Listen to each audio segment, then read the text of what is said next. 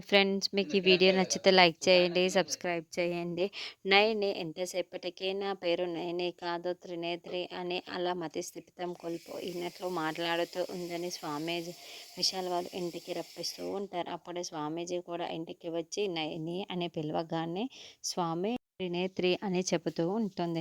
త్రినేత్రి అని స్వామీజీ పిలవటంతో చెప్పండి స్వామీజీ అని నేత్రి అంటుంది.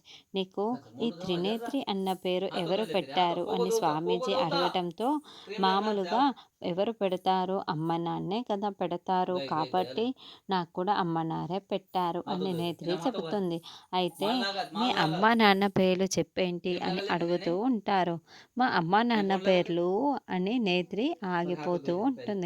చెప్పు తల్లి అని స్వామీజీ మళ్ళీ అడగటంతో, నాకు గుర్తుకు రావటం లేదు స్వామీజీ, ఏమైందో ఏమో గుర్తుకు రావటం లేదు అని నేత్రి చెబుతుంది. అందరూ షాకింగ్గా చూస్తూ ఉంటారు. వెంటనే స్వామీజీ, నాకు ఒక 10 నిమిషాల సమయం ఇవ్వండి, మీ అందరి అవమానాలు నేను వృద్ధి చేస్తాను అని స్వామీజీ చెబుతాడు.